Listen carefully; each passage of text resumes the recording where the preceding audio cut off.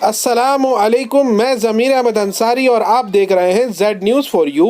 عرض یہ ہے کہ آپ نے اپنے YouTube channel Z news for you کو ابھی تک سبسکرائب نہیں کیا ہے تو ابھی کریں، اور ساتھ ہی دیے ہوئے بیل آئیکن کو بھی دبا دیں جس سے ہماری آنے والی سبھی ویڈیوز کے نوٹیفیکیشن آپ کو ملتے رہیں۔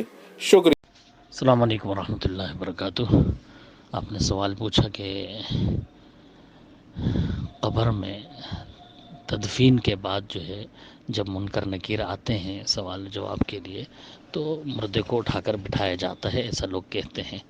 تو جی ہاں، ان کا کہنا صحیح ہے، حدیث ہے اس کے تعلق سے، کئی روایتیں سنن اربع وغیرہ میں ملیں گی جس میں یہ وضاحت ہے کہ اللہ کے رسول صلی اللہ علیہ وسلم نے فرمایا کہ ابھی جو ہے تدفین کرنے کے بعد لوگ جا ہی رہے ہوتے ہیں اور ان کے قدموں کی آواز جو ہے وہ مردہ سنتا ہے، یعنی اس کو بس اس تدفین کے فوراً بعد جو ہے وہ اٹھا دیا جاتا ہے، اور بلکہ ایک روایت میں 40 قدم کا بھی ذکر ہے شاید کہ بھئی 40 قدم دور جاتے ہیں چھوڑ کر کے کہ اتنے میں ادھر اس کو اٹھا دیا جاتا ہے، بٹھا دیا جاتا ہے، سوال جواب کے لیے منکر نکیر آ جاتے ہیں۔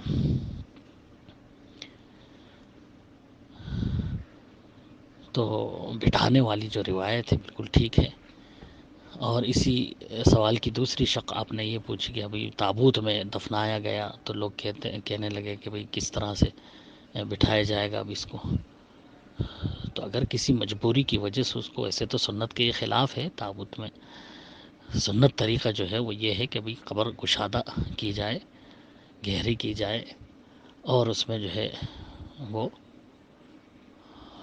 لٹایا جائے، چہرہ قبلے کی طرف کر دیا جائے۔ اب قبر بھی دو طرح کی ہوتی ہے، ایک صندوقی، ایک بغلی قبر۔ بغلی قبر جو ہے وہ سیدھی کھود کر کے پھر ایک دائیں طرف کھود دیا جاتا ہے تھوڑا سا، اور پھر اس میں جو ہے مردے کو، میت کو رکھا جاتا ہے تھوڑا اندر گھسا کر کے زمین کے نیچے۔ اور ایک ہوتی ہے صندوقی، بالکل صندوق کی طرح سیدھی۔ دونوں طرح کی قبر سنت ہے، صحابہ کرام جو ہے اسی طرح کی قبر جو ہے کھدایا کرتے تھے، اور اللہ کے رسول کے زمانے میں دونوں طرح کے قبروں کے بنانے کی روایتیں واضح طور پر ملتی ہیں۔ تو اگر ہم دیکھیں جو بغلی قبر بنائی جاتی تھی اس میں تھوڑا سا اندر کی طرف ڈال دیا جاتا تھا، سیدھا کھود کر کے پھر جو ہے اندر کی طرف بائیں طرف یا دائیں طرف ڈال دیا جاتا تھا، تو اس میں بھی بٹھانے کا مسئلہ آتا ہے۔ تو ہمیں ایک اور حدیث پھر اس کے تعلق سے ملتی ہے جس میں یہ ہے کہ جو ہے قبر کشادہ کر دی جاتی ہے، خاص طور سے مومن کی قبر کشادہ کر دی جاتی ہے اس کے لیے۔ تو یہ اللہ رب العالمین کے اختیار میں ہے، یہ وہ چیزیں ہیں جو غیبی طور سے جو ہے ان پر ایمان لانا ضروری ہوتا ہے۔ تو یہ ہمارا کام نہیں ہے اس چیز کو پر غور کرنا یا اس چیز کو عقل کی بنیاد پر تولنا کہ اس کو کس طرح سے بٹھا دیا جائے گا۔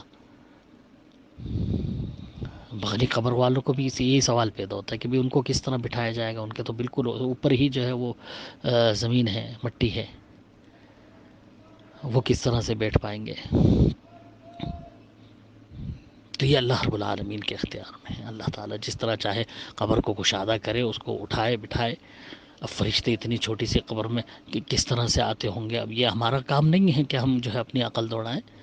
اللہ کے رسول صلی اللہ علیہ وسلم کی حدیث ہے، بس اس پر ایمان لانا ہے۔ بٹھایا جاتا ہے اٹھا کر کے، یہ اللہ رب العالمین جانتا ہے کہ کس طرح سے اٹھا کر بٹھایا جاتا ہے، یہ اللہ تعالیٰ کو معلوم ہے،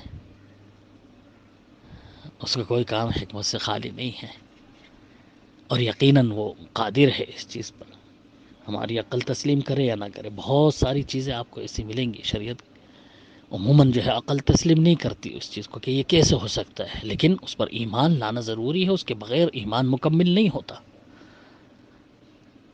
لہٰذا قبر کے تعلق سے بھی جتنی باتیں ہمیں بتائی گئی ہیں ان سب پر ایمان لانا ہم سب کے لیے ضروری ہے۔